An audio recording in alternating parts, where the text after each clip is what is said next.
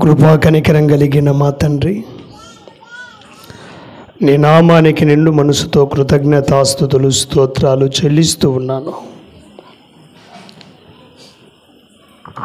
ఈ 40వ రక్షణ సువార్త కోడికలో చివరి దినం వరకు మమ్మల్ని నడిపించావు. అందును బట్టే నీకు స్తోత్రాలు. ఇంతవరకు నీ దాసులను నువ్వు వాడుకున్నావు. నువ్వు మాట్లాడిన నీ దాసుని ముఖాంతములో నుండి ప్రతి మాటను బట్టి స్తుతిస్తున్నావు. విడిచిపెట్టక నీ ప్రజలు సరిచేసుకుని బ్రతుకున్నట్లుగా కృపదైత్యమని ప్రార్థిస్తున్నాను. అల్పుడను అయోగ్యుడనైన నేను నీ పక్షాన నిలబడుతుండగా కొన్ని నిమిషాలు నన్ను నీ ఆత్మతో బలపరిచి నీ ప్రజలకు కావలసిన మాటలు నువ్వే అందించి మహిమ పొందుమని, వినబోతున్న నీ ప్రజలకు వినే మనసును గ్రహించే హృదయాలు దయచేయమని, విని విశ్వసించి వాటి ప్రకారం బ్రతకగలిగిన కృపను భాగ్యమునిచ్చి నడిపించమని క్రీస్తు పేరట ప్రార్థించి అడిగి వేడుకొనుచున్నాము తండ్రి. ఆమేన్. మంచిది. ప్రకటన గ్రంథం 1వ అధ్యాయము రండి. ప్రకటన గ్రంథం 1వ అధ్యాయము 13వ వచనాన్ని మాత్రము చదువుకుందాం. గట్టిగా చదవండి. ప్రకటన గ్రంథం 1వ అధ్యాయము 13వ వచనం. తిరుగగా 7 సువర్ణ దీపస్తంభములు, ఆ దీపస్తంభముల మధ్య మనుష్య కుమారుణ్ణి పోలిన ఒకరిని చూచి తిని. చాలు. ఈరోజు సంఘమై ఉన్న మనము ఏమి చేయాలో, సంఘం ఎలా బ్రతకాలో తెలియచేయడానికి ఇష్టపడుతున్నాను.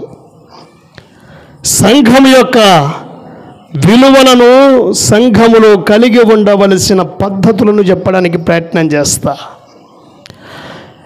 యోహాను గారు ఆత్మవశుడై పద్మాసు దీపములో ఉన్నప్పుడు ప్రభు ఆత్మ చేత నింపబడిన యోహానుకు చూస్తున్నాడు.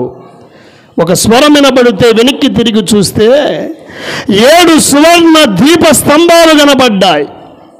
ఆ దీపస్తంభాల మధ్య మనుష్య కుమారుణ్ణి పోలిన ఒకడు కనబడుతూ ఉన్నాడు. మనుష్య కుమారుడైన క్రీస్తు కనబడుతున్నాడు. వేటి మధ్య 7 సువర్ణ దీపస్తంభములు. బైబిల్లో సువర్ణం అంటే తెలుసా అమ్మా? బంగారం. సువర్ణం అంటే ఏమిటండి? బంగారం. బైబిల్లో బంగారము గురించి ఎక్కువగా వ్రాయబడిన గ్రంథాలు ఏమిటంటే పాత నిబంధనలో నిర్గమకాండం, నూతన నిబంధనలో ప్రకటన గ్రంథమే. పాత నిబంధనలో ప్రత్యక్ష గుడారములోని కరుణాపీఠాలు, కేరూబు, ఇలా అక్కడ చేయబడిన వస్తువులకు ఎక్కువ బంగారం వినియోగించినట్లుగా చూస్తాం. పిల్లారా, 7 సువర్ణ దీపస్తంభాలు కనబడుతున్నాయి. 7 సువర్ణ దీపస్తంభాలు. ఏంటివి దీపస్తంభాలంటే? 1వ అధ్యాయము చివరి వచనం చూడండి. ఏంటివి దీపస్తంభాలు? చివరి మాట మాత్రం చదవండి.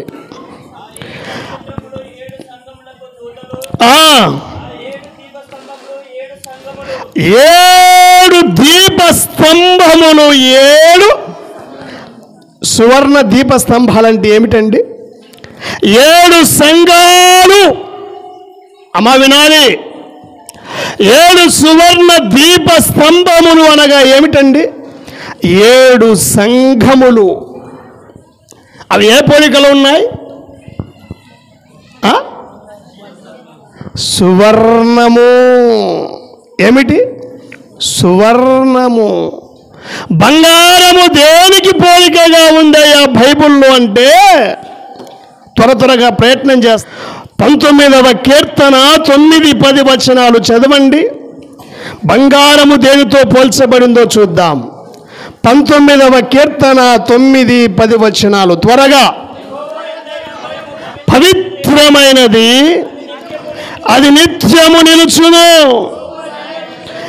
యెహోవా న్యాయ విధులు స్వచ్ఛమైనవి, అవి న్యాయమైనవి. బంగారము కంటెను, మేలిమి బంగారము కంటెను. దేనికి పోలిక? బంగారం దేనికి పోలిక? వాక్యమునకు. బంగారము దేనికి పోలికండి? యెహోవా న్యాయ విధులు. యెహోవా న్యాయ విధులు బంగారము కంటే, మేలిమి బంగారము కంటే కోర వాక్యమునకు గుర్తుగా ఉంది బంగారం. అర్థమవుతుందా? ఇంకా ముందుకు వెళ్తే అన్న అది కాదు, ఏం గుర్తుగా ఉందో బంగారం. 45వ కీర్తన 13వ వచనం. 45వ కీర్తన 13వ వచనం చూడండి. అంతఃపురములో నుండి రాజకుమార్తె కేవలము మహిమ కలిగినది, ఆమె వస్త్రము బంగారు. అంతఃపురములో ఉన్న రాజకుమారి వస్త్రము ఎలాంటిదంట? బంగారము. వస్త్రము దేనికి గుర్తుగా ఉంది తెలుసా? ప్రకటన గ్రంథం 19వ అధ్యాయము 8వ వచనం చూడండి. ప్రకటన గ్రంథం 19వ అధ్యాయము 8వ వచనం. ఆమె ధరించుకొనుటకు ప్రకాశము నిర్మలమైన సన్నపు నార వస్త్రములు ఆమెకి ఇయ్యబడెను, అవి పరిశుద్ధుల నీతి. ఇప్పుడు చూడండి, బంగారము వస్త్రం దేనికి గుర్తు? క్రియలకు గుర్తు. బంగారం దేనికి గుర్తు? వాక్యానికి. బంగారు వస్త్రం దేనికి గుర్తు? క్రియలకు. అర్థం చేసుకోవాలి ఇక్కడ. బంగారము దేనికి గుర్తుగా ఉందంటే 1 పేతురు పత్రిక 1వ అధ్యాయము 7వ వచనం విశ్వాసానికి గుర్తుగా కనబడుతుంది. 1 పేతురు పత్రిక 1వ అధ్యాయము 7వ వచనం చదవండి. నశించిపోయే సువర్ణము అగ్ని పరీక్ష వలన శుద్ధపరచబడుతుంది కదా, దానికంటే అమూల్యమైన మీ విశ్వాసము. చాలు, 3 పోలికలు చూపించాను. ఇప్పుడు దీపస్తంభాలు ఎలాగున్నాయి? సువర్ణం బంగారుతో. బంగారము దేనికి సాదృశ్యంగా ఉంది? వాక్యమునకు, క్రియలకు, విశ్వాసానికి. మీరు గమనిస్తే ఇక్కడ మనము నేర్చుకోవలసిన సత్యం ఏమిటంటే, ఒక సంఘం ఎలాగుండాలంటే వాక్యాన్ని వెంబడించేదిగా ఉండాలి. ఒక సంఘం ఎలాగుండాలంటే నీతి సత్ప్రవర్తన క్రియలు కలిగి జీవించాలి. ఒక సంఘం ఎలాగుండాలంటే విశ్వాస జీవితం కలిగి జీవించాలి అన్న సంగతి మనకు అర్థమవుతుంది. అర్థమైందా మీకు? సువర్ణ దీపస్తంభం అంటే సువర్ణము దేనికి పోలికగా ఉంది తెలుసా? ఇదిగో వాక్యానికి, ఇదిగో నీతి క్రియలకు, ఇదిగో విశ్వాసానికి సూచనగా ఉంది. సంఘం ఎలా బ్రతకాలి అంటే సంఘం వాక్యాన్ని వెంబడించేదిగా ఉండాలి. సంఘం వాక్యానికి లోబడేదిగా ఉండాలి. సంఘం సత్క్రియలు, నీతి క్రియలు కలిగి బ్రతికేదిగా ఉండాలి. సంఘం విశ్వాస జీవితం కలిగి ఉండేదిగా ఉండాలి అన్న సత్యం మనం నేర్చుకోవాలి. ఈరోజు సంఘాల పరిస్థితి చూస్తే వాక్యాన్ని వెంబడించేవిగా ఉన్నాయా? సత్క్రియలు కలిగినదిగా ఉందా? విశ్వాస జీవితం కలిగిన సంఘముగా బ్రతుకుతున్నాయండి? ఆ మాట మీకు అర్థమవుతుందా? సంఘం వాక్యాన్ని వెంబడించే సంఘంగా ఉందా? ఓ సంఘమా, సంఘమా, వాక్యాన్ని వెంబడించే సంఘముగా, సత్క్రియలు నీతి క్రియలు కలిగిన సంఘముగా, విశ్వాస సంబంధమైన జీవితం కలిగిన సంఘముగా సంఘము జీవిస్తుందా? నేటి సంఘాలు వాక్యాన్ని విడిచిపెట్టిన సంఘాలు, వాక్యాన్ని దాటిపోయిన సంఘాలు, సత్క్రియలను విడిచిపెట్టిన సంఘాలు, నీతి లేని సంఘాలు, పిల్లలా విశ్వాసము భ్రష్టులై ఓడ బద్దలైపోయిన వారి వలె చెదరిపోయిన సంఘాలుగా ఉన్నాయి. నేటి సంఘాల పరిస్థితి ఎలాగుందంటే చెదిరిపోయినవిగా కనబడుతున్నాయి. ఆదిమ సంఘం ఎలాగుంది తెలుసా? అపొస్తలుల కార్యం 2వ అధ్యాయము 42వ వచనం చూడండి. ఆదిమ సంఘ పరిస్థితి మనం గమనిస్తే అపొస్తలుల కార్యముల గ్రంథం 2వ అధ్యాయము 42వ వచనం చదవండి త్వరగా. అపొస్తలుల బోధయందు, సహవాసమందు, రెట్ట విరుచుటయందు ఎడతెగక ఉండిరి. ఆదిమ సంఘం ఏమనుసరించింది?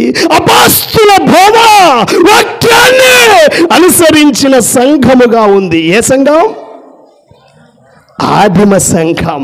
అపొస్తలుల బోధలు నిలిచిన సంఘం, అపొస్తలుల బోధలు కలిగిన సంఘం. అయ్యా సంఘమా, వాక్యాన్ని వెంబడించే సంఘాలుగా ఉన్నాయా? విడిచిపెట్టి బ్రతికే సంఘాలుగా? ప్రభు చెప్పేది ఒకటైతే చేసేది మరొకటి చేసే సంఘాలుగా ఉన్నాయా? ఏంటి మన పరిస్థితి? అపొస్తలుల బోధ అంటే ఏంటండి? ఏంటి అపొస్తలుల బోధ అంటే? చెప్పగలరా? మత్తయి సువార్త 28వ అధ్యాయము 19వ వచనం. రండి త్వరగా. మత్తయి సువార్త 28వ అధ్యాయము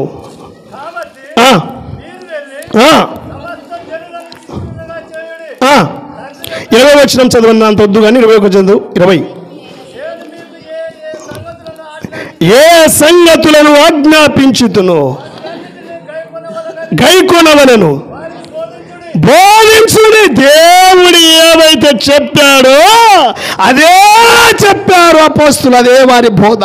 క్రీస్తు భూమి మీద ఉన్నప్పుడు వారికి ఏవైతే నేర్పించాడో, ఏదైతే చెప్పాడో అదే ఏ బోధ?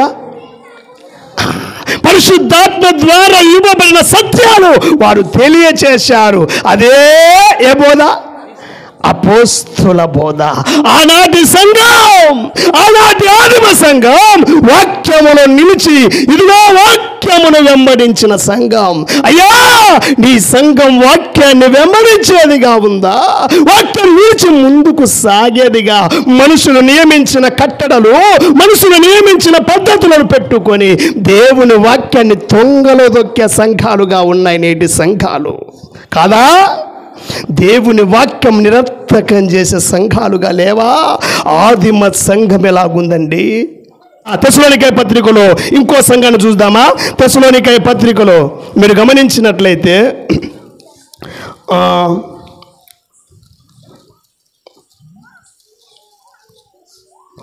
1వ అధ్యాయం 8వ వచనం చూడండి. మొదటి పత్రిక 1:8.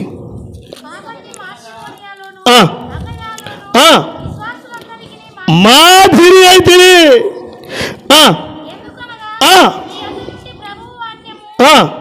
6వ వచనములో వాక్యమును అంగీకరించి గొప్ప ఉపద్రవములో మీరు వాక్యము మమ్మును ప్రభువును పోలి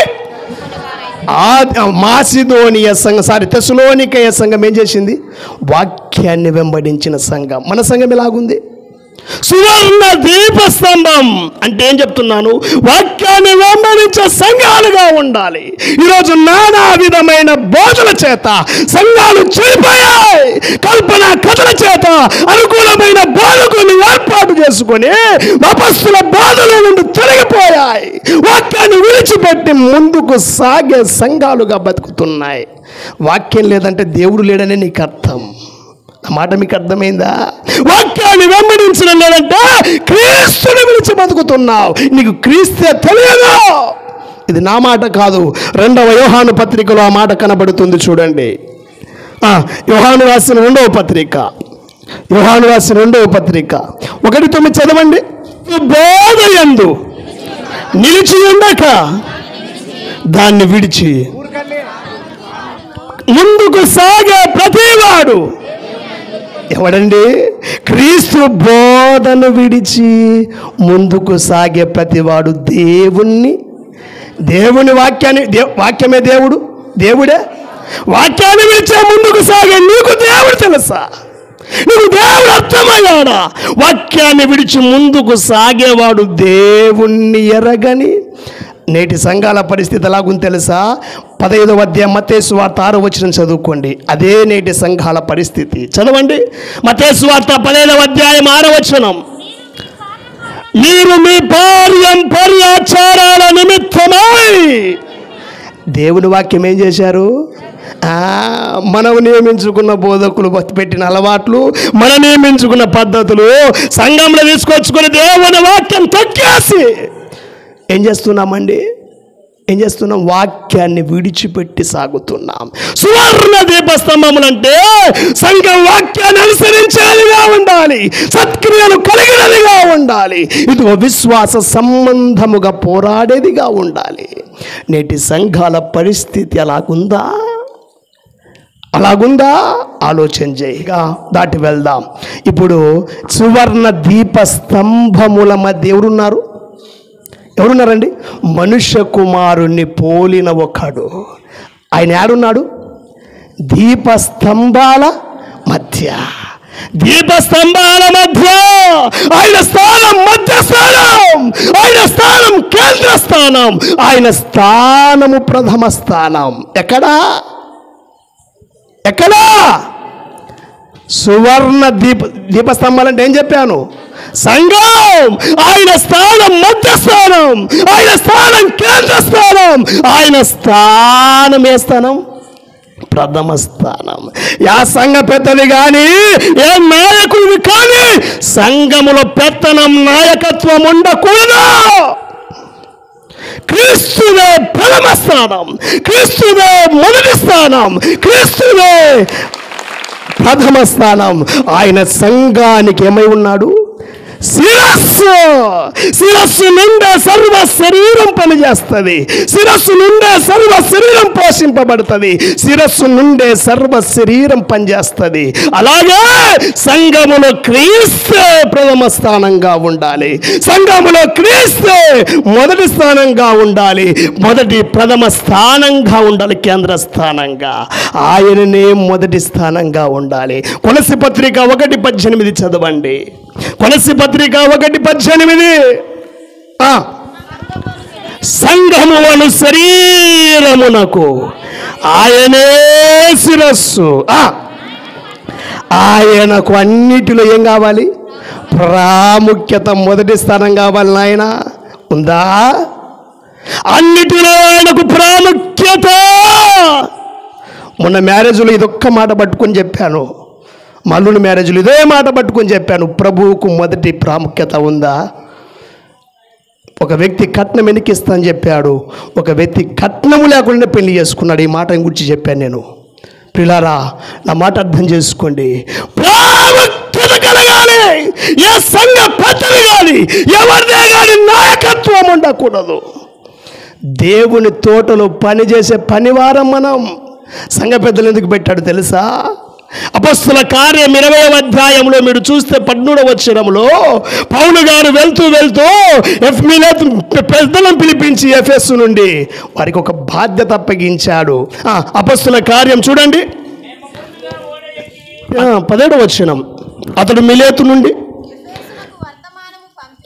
ఎఫెసునకు వర్తమానం పంపి సంఘం పెద్దలను పిలిపించను. ఇట్లా నేను ఆసియాలో కాలు పెట్టిన దినమున పెద్దల్ని పిలిపించాడు కదా. ఇప్పుడు ఏం చెప్తున్నాడు చూడండి. పెద్దల్ని పిలిపించి ఏం చెప్తున్నాడంటే, మీరు గమనించినట్లయితే 28వ వచనం చదవండి. ఇప్పుడు దేవుడు తన స్వరక్తమిచ్చి సంపాదించిన సంఘమును కాయుటకు పెద్దల్ని పిలిపించి ఏం చెప్పాడు? మీరు కాయాలి, మీరు కాయాలి. నేను వెళ్ళిన తర్వాత క్రూరమైన తోడేలు వస్తాయి, మందను కనికరింపరు. మీ పని ఏమిటి? పెత్తనాలు చలాయించడం కాదు. సంఘ పెద్ద కాబట్టి నా మాటని వినాలిరా, నేను చెప్పినట్టు బతకాలరా.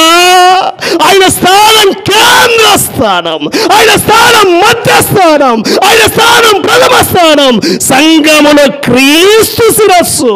సంఘానికి ఆయన స్థానమే ఆయన మాటనే ఉండాలి. సంఘ పెద్దలైనా, నువ్వైనా, నేనైనా, ఎవరైనా పనివారం మామ చెప్తారు కదా, కసూర్స్ నీకు వచ్చినా మేము గాసగాలమని చెప్తాడు. కొన్నిసార్లు మేము ఎవరని తెలుసా? గాస. మీరెవరు? ఇదిగో మనమందరము దేవుని తోటలో, దేవుని సంఘం అనే తోటలో పనిచేసే కాపలదారులం, కానీ పెత్తనం జలాయించడానికి మనకు అధికారం లేదు. ఆయనది అధికారం. ఆయన 24 పెద్దల మధ్య, దేవదూతల మధ్య ఉన్నాడు. ఆయన స్థానమే స్థానమని చెప్తున్నాను, ప్రథమ స్థానం. సంఘాలు ఇలాగున్నాయా? సంఘాలు? వాక్యము కలిగిన సంఘాలుగా, క్రియలు కలిగిన సంఘాలుగా, విశ్వాసం కలిగిన సంఘాలుగా ఉండాలి. వాక్యం ఇచ్చినా, క్రియలు లేకపోయినా, విశ్వాసం లేకపోయినా అది చచ్చినదే. క్రియ లేని విశ్వాసం అంతే. క్రియలు కావాలి, సత్క్రియలు కావాలి సంఘానికి. అది లేకపోతే చచ్చింది. సంఘంలో కేంద్ర స్థానం ఏ పెద్దది, ఏ నాయకుడిది కావదు, శిరస్సైన క్రీస్తుదే కావాలని చెప్తున్నాను. 3వదిగా దాటి వెళ్ళి ముగిస్తా ప్రియులారా. దీపస్తంభం యొక్క పని ఏంటండి? మత్తయి సువార్త 5 చూడండి, 15 వచనం. మత్తయి సువార్త 5:15 చూడండి. మనుషులు దీపమును వెలిగించి కొంచెం కింద పెట్టరు గాని ఇంట నుండి వారందరికీ వెలుగునిచ్చుటకై. దీపస్తంభం పని ఏమిటి? వెలుగునివ్వటం. సంఘం పని ఏమిటి? అర్థమవుతుందా? దీపస్తంభం పని ఏమిటండి? సంఘం అంటే ఏమిటి? దీపస్తంభం అని చెప్పాను. దీపస్తంభం పని ఏమిటి? వెలుగును చూపించాలి. అంటే ఇదిగో చీకటి లోకములో, ఇదిగో పిల్లల చీకటి అనే పాపములో, చీకటి అనే అంధక మరణములో, అజ్ఞానములో బతుకుతున్న బిడ్డలకు పిల్లరా ఇదిగో జీవమై ఉన్న, రక్షణ అయి ఉన్న, ఇదిగో వెలుగై ఉన్న క్రీస్తును చూపించేదిగా ఉండాలి సంఘం. పిల్లరా అనేకులను క్రీస్తు చెంతకు నడిపించేదిగా ఉండాలి. నిత్య జీవమునకు కారకుడైన క్రీస్తును, పిల్లరా వెలుగైన క్రీస్తును, జ్ఞానమైన క్రీస్తును గురించి చెప్పేదిగా, అనేకులను ప్రభు యొద్దకు నడిపించేదిగా, మాదిరిగా లోకానికి కనబడేదిగా ఉండాలి సంఘం. నా మాట మీకు అర్థమవుతుందా? వెలుగును చూపించాలి. ఎవరు వెలుగు? యేసుక్రీస్తే. అంటే వెలుగును పరిచయం చేయాలి. దీపస్తంభం పని అదే. వెలుగైన క్రీస్తును, జ్ఞానమైన క్రీస్తును, జీవమైన క్రీస్తును ఈ సంఘం ఏం చేయాలి? ఇందాక చెప్పాడు? ప్రకటించాలి, సువార్త ప్రకటించాలి. ఇప్పుడు నాది అదే కోవలోకి వెళ్తుంది, మరలా అదే కోవలోకి వస్తున్నా. సంఘం పని ఏమిటంటే ఇది అంధకారంలో, యేసును ఎరుగకుండా జ్ఞానంలో, మరణంలో ఉన్న ఈ లోకానికి సంఘము సువార్తను ప్రకటించేదిగా ఉండాలి. అనేకులకు మాదిరికరంగా ప్రభు యొద్దకు రావడానికి మాదిరిగా ఉండాలి సంఘం. ఉందా? సంఘములో నుండి సువార్త బయటికి వెళ్తుందా? సంఘము లోకానికి మాదిరిగా ఉందా? లోకంలో కలిసిపోయింది నేటి సంఘాలు. లోకం ఏం చేస్తే ఈడ అది చేసేది, లోకం ఏం చేస్తే ఈడ బతికేది. యాడ మాదిరండి? వెలుగునిచ్చేదిగా ఉండాలి చీకటి లోకానికి, క్రీస్తును పరిచయం చేసేదిగా ఉండాలి. ఫిలిప్పు సంఘం ఎలాగుంది తెలుసా? ఫిలిప్పు పట్టణంలో ఉన్న సంఘం చూడండి. ఫిలిప్పు పట్టణంలో ఉన్న ఒక సంఘాన్ని గురించి మనం ఆలోచన చేస్తే, పిల్లరా ఫిలిప్పు పట్టణంలో ఉన్న సంఘం 2వ అధ్యాయము, ఫిలిప్పు రాసిన పౌలు గారు ఫిలిప్పు సంఘానికి రాసిన పత్రిక 2వ అధ్యాయము గమనిద్దామా? 14వ వచనం.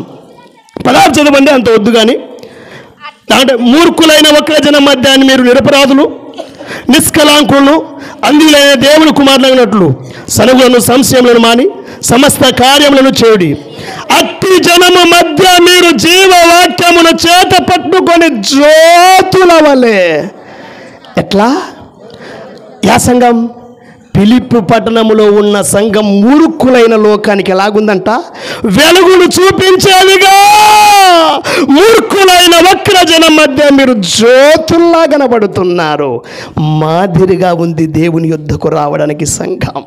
మనదుందా? మనం చూసి ఏమైనా నేర్చుకుంటున్నారా? లోకం మనం చూసి ఏమైనా నేర్చుకుంటుందా? లోకములు కలిసిపోయి వాళ్ళవే మనం నేర్చుకుంటున్నాం, మనమే చూసి నేర్చుకుంటుందండి. అర్థమవుతుందా? వెలుగునిచ్చేదిగా ఉండాలి సంఘం. సువార్తను, క్రీస్తైన వెలుగును పరిచయం చేయాలి. సువార్త ఎవరు చెప్పాలి తెలుసా? ఎవరండి సువార్త ఎవరు చెప్పాలి తెలుసా? లాభాన్ సార్ ఒక మాట అనేవాడు, గొర్రె పిల్లలను కనేది ఎవరు? గొర్రెలా కాపరా? గొర్రె పిల్లలను కనేది ఎవరు అంటున్నా? గొర్రెలా కాపరా? గొర్రెలు కంటే కాపరి కాస్తాడు. ఇప్పుడు నా కొత్త వాళ్ళని రక్షించే పని, సువార్త ప్రకటించే పని ఎవరిది? కాపరిదా? అర్థం కాలే కదా మీకు? గొర్రె పిల్లలను కనేది ఎవరు అన్నట్లు. గొర్రెలు కంటే కాపరి కంటాడా? గొర్రెలు కంటే కాపరి. అంటే ఇప్పుడు సువార్త బయటికి వెళ్ళి రక్షించవలసిన బాధ్యత ఎవరి మీద ఉంది? ఆ సంఘం మీద. ఏ సంఘములో ఉన్న ప్రజల్లో ఉన్న వారి మీద బాధ్యత ఉంది. ఈరోజు సంఘాలు సువార్తం చేస్తున్నాయా? వెలుగైన క్రీస్తును లోకానికి చూపిస్తున్నాయా? జీవమైన క్రీస్తును లోకానికి చూపిస్తున్నాయా? జ్ఞానమైన క్రీస్తును లోకానికి చూపించి అనేకులను ప్రభు యుద్ధకు నడిపిస్తున్నాయా సంఘాలు? సువార్త ఉందా అండి సంఘాల్లో? ఏసినేది ఏం చేస్తాం? దేవుని పేట పోగు చేసుకుంటాం, డబ్బులు కానుకలు, పనికి మళ్ళీ దానికల్లా ఖర్చు పెడతాం. కానీ సువార్త కోసం రూపాయి బిల్ల పెట్టాం. వడ్డీలకి ఇచ్చుకొని కూడబెట్టుకొని పెద్దగా చేసుకొని తలకాయల వల్ల కొట్టుకొని పోసులను పెట్టుకొని చర్చిలో ప్రార్థన పెట్టుకోవాలి. ఇవి సంఘం యొక్క దౌర్భాగ్యమైన స్థితి. ఎంత ఘోరమండి! ఏది సువార్త ప్రకటించాలి తెలుసా? సంఘములో నుండి వెళ్ళాలి. దీపస్తంభం వెలుగును చూపించేదిగా ఉండాలి. అంటే సంఘములో నుండి సువార్త వెళ్ళాలి. సంఘం మాదిరిగా ఉండాలి లోకానికి అని చెప్తున్నాను. వెళ్తుందా సువార్త మీలో నుండి? చాలా సంఘాలు సువార్త లేని సంఘాలుగా, చచ్చిన సంఘాలుగా ఉన్నాయి. ఒక మాట చెప్పనా ప్రియులారా? అపొస్తలుల కార్యం 8వ అధ్యాయం మొదటి వచనం ముగిస్తా. అపొస్తలుల కార్యం 8:1 త్వరగా చూడండి. ఒక 5 నిమిషాలు ముగించడానికి ప్రయత్నం చేస్తా. 8:1 ఆ కాలమందు యెరూషలేములోనికి సంఘమునకు గొప్ప హింస కలిగినందున చెదిరిపోయారు కదా. 4వ వచనం, కాబట్టి చెదిరిపోయిన వారు సువార్త వ్యాపకమును యెరూషలేములోని సంఘానికి ఏం కలిగింది? శ్రమ. ఇప్పుడు చెదిరిపోయిన సంఘం అంతా ఏం చేసిందండి? సంఘం ఏం చేసిందన్న? సువార్తను ప్రకటించింది. సువార్త సమరయ గలిలయ దేశంలో వరకు వెళ్ళి సంఘములో నుండి సువార్త బయటికి వెళ్ళింది. సంఘమానిలో నుండి సువార్త వెళ్తుందా? దీపస్తంభం యొక్క పని ఏమిటంటే లోకానికి వెలుగును చూపటం. నీలో నుండి క్రీస్తు సువార్త బయటికి రావాలి. సంఘమాను మాదిరిగా ఉండాలి. తెస్సలోనికే సంఘాన్ని గురించి ఒక మాట చదువుకుందామా? ముగించుకుందాం. ఇదొక మాట, చివరి మాట.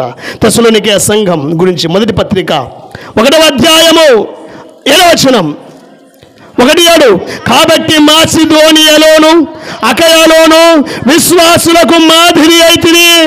ఎందుకనగా మీ యొద్ద నుండి వాక్యము మాసిదోనియ రాష్ట్రములోను అకయ రాష్ట్రములోను మోగెను.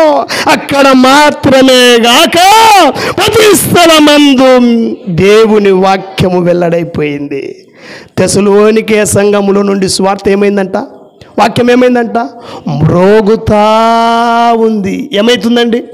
మ్రోగుతా ఉంది. మ్రోగుతా అన్న మాట ఎందుకు చెప్పాడంటే, ఇదొక మాట చెప్తా. మ్రోగుతా అన్న మాట ఏం చెప్పాడంటే, ప్రధాన యాజకుడు సేవ చేయడానికి వెళ్తాడు. దేవాలయంలో 3 ఉంటాయి. 1 ఆవరణము, 2 పరిశుద్ధ స్థలము, 3 అతి పరిశుద్ధ స్థలం. 3 ఉంటాయి. ఆవరణములోనికి ప్రజలు వస్తారు, పరిశుద్ధ స్థలంలో సేవకులు ఉంటారు, అతి పరిశుద్ధ స్థలములో కరుణాపీఠము, కేరుబులు మాత్రమే ఉంటాయి. చిగురించిన అహరోను కర్ర, మందస్సమై మాత్రమే ఉంటాయి. సంవత్సరానికి ఒకసారి తన పాపం కొరకు, ప్రజల పాపం కొరకు ప్రధాన యాజకుడు అందరి కొరకు రక్తాన్ని తీసుకొని ఏం చేస్తాడండి? అతి పరిశుద్ధ స్థలంలోనికి వెళ్తాడు.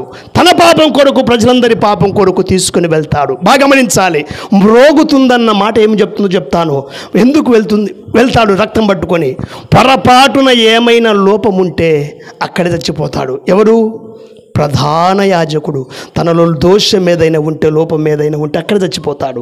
ఇదిగో ప్రధాన యాజకుడు చచ్చిపోయాడనుకో, మిగతా వాడు పోతాడా లోపలికి? ఇంకా పోతాడా? పోలేడు.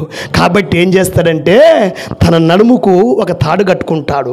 తన వస్త్రానికి గంటలు ఉంటాయి, దానిమ్మ పండ్లు అదే రీతిగా గంటలు కట్టాడు. తాను యాజకత్వం చేసేటప్పుడు ఈ గంటలు ఏమవుతాయి? గనమవుతాయి. ఇవి ఆగిపోయినాయి అనుకో, వాడు ఏమైపోయినట్టు? లోపల చచ్చిపోయినట్టు. ఇవి మోగుతున్నాయంటే ఆయన ఏమైనట్టు? మోగినంతసేపు ఏమన్నారు? మోగకుండా ఆగిపోయాయనుకో చచ్చిపోయాడని చెప్పి తాడు పట్టుకొని పెనికి లాగుతారు. ఇప్పుడు మోగుతుందంటే అర్థం ఏంటి తెలుసా? ఈ సంఘం బ్రతికిన సంఘం. గట్టిగా చెప్పులు కొట్టరా? ఈ మోగుతుందంటే అర్థం ఏమిటంటే తెసలోనికయ సంఘం బతికిన సంఘం, సువార్త ప్రకటించే సంఘం బ్రతికిన సంఘం. సువార్త ప్రకటించని సంఘం ఆ సంఘం పిల్లలు అర్థమవుతుందని చెప్పే మాట. ఇదిగో సంఘం వాక్యాన్ని, సత్క్రియలు, విశ్వాసం కలిగినదిగా ఉండాలి. సంఘములో క్రీస్తు కేంద్రస్థానంగా ఉండాలి. సంఘము లోకానికి మాదిరిగా క్రీస్తును పరిచయం చేసేదిగా ఉండాలి. అటువంటి సంఘాల మధ్య క్రీస్తు సంచారం చేస్తాడు. అటువంటి సంఘాల మధ్య క్రీస్తు ఉంటాడు. కానీ ఈ లక్షణాలు లేని సంఘం మధ్య దేవుడు నివాసం ఉంటాడు. నువ్వు వాళ్ళ కూడుకోవాలి, రావాలి, ఉత్తదేంగా. అర్థమవుతుందా? సువర్ణ దీప స్తంభముల మధ్య ఆయన ఉన్నాడు. ఈ లక్షణాలు ఏ సంఘంలో ఉంటాయో ఆ సంఘం మధ్య క్రీస్తు ఉంటాడు. ఈ లక్షణాలు ఎవరిలో లేవో అక్కడ క్రీస్తు అంతే. తురతైన సంఘం, లవోదికే సంఘం ఏడుంది తెలుసా? ఏడబెట్టింది దేవుణ్ణి మధ్యలో ఉందా? లోపల ఉన్నాడా? బయట పెట్టేసింది. ఆయన తలుపు తడుతా ఉన్నాడు. తీ తీ తీ. ప్రకటన గ్రంథం 3వ అధ్యాయం 20వ వచనంలో ఉంటుంది, ఇదిగో నేను తలుపు నొద్ద నిలిచి. లవోదికే సంఘం బయటకు తప్పేసింది. ప్రభు బయట ఉన్నాడు. లోపల ఉండవలసిన ఆయన ఎక్కడున్నాడండి? క్రియలు సరిగ్గా లేవు. అది చెప్తున్నాను. నీ బ్రతుకులు అమ్మా సంఘమా, ఇక్కడ ఏ సంఘం చేరని చెప్తున్నాను. సంఘములో ఈ లక్షణాలు లేకపోతే నిష్ప్రయోజనం. ప్రభు మన మధ్య ఉండడు. కాబట్టి సంఘములో మన జీవితాల్లో కొన్ని లోపాలు కలిగి ఉంటే సరిచేసుకొని బ్రతుకుతూ మన జీవితాలు చక్కదిద్దుకొని ప్రభువును మన మధ్య నివసించే వారంగా చేసుకొని ఆయన రాకడకు సిద్ధపడే బిడ్డలుగా మీరు ఉండాలని హెచ్చరికిస్తూ నా మాటలు ముగిస్తున్నాను. ప్రభు తన మాటలు మన వినికిలో ఫలింపచేయునుగాక. ఆమేన్. కృపగలిగిన దేవానికి స్తోత్రాలు. ఈ 40వ రక్షణ సువార్త కూడికలు అనేకులకు రక్షణకరంగా, అనేకుల జీవితాలు మార్చుకొని నీతి వైపు మళ్ళునట్లుగా సంఘమునైనా ఎలా బ్రతకాలో, వ్యక్తిగతంగా మేము ఎలా జీవించాలో నువ్వు మాకు అందించిన ప్రతి మాటను బట్టి స్తుతిస్తున్నాం. విని విడిచిపెట్టక వాటి ప్రకారం బ్రతుకుతూ నిత్యత్వానికి సిద్ధపడేగల కృపను మాకు దయచేయమని ప్రయాసపడుతున్న నీ దాసుణ్ణి, నా తండ్రి సంఘాన్ని, ఆయా ప్రాంతాల నుండి వచ్చిన బిడ్డలందరినీ దీవించుమని, నా తండ్రి మమ్మను ఈ కూడిక ద్వారా రేపినందుకు నేను మహిమపరుస్తూ క్రీస్తుపేట ప్రార్థించి అడిగి వేడుకొనుచున్నాము తండ్రి. ఆమేన్.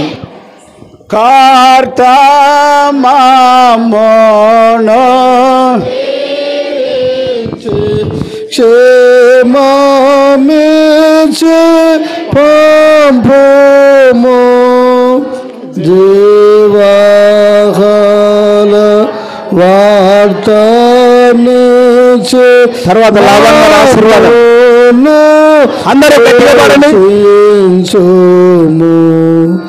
యేసు నిన్ను వేడుకొని బాహుగా స్తుతింతుము. పరమందు చేరేక స్తోత్రము చెల్లింతుము. ఆశీర్వాదం. లవణ్ గారు. త్రొట్టిల్లుకున్న మనలను కాపాడుటకును, తన మహిమ ఎదుట ఆనందంతో మనల్ని నిర్దోషులుగా నిలవబెట్టుటకును శక్తిగల మన రక్షకుడైన అద్వితీయ దేవునికి మన ప్రభు అయిన యేసుక్రీస్తు ద్వారా మహిమయు మహాక్షేమమును అధికారమును యుగయుగములకు పూర్వమును సర్వయుగములకు కలుగును గాక. ఆమేన్. ఆమేన్. ఆమేన్. ఆమేన్. అందరికీ వందనాలండి.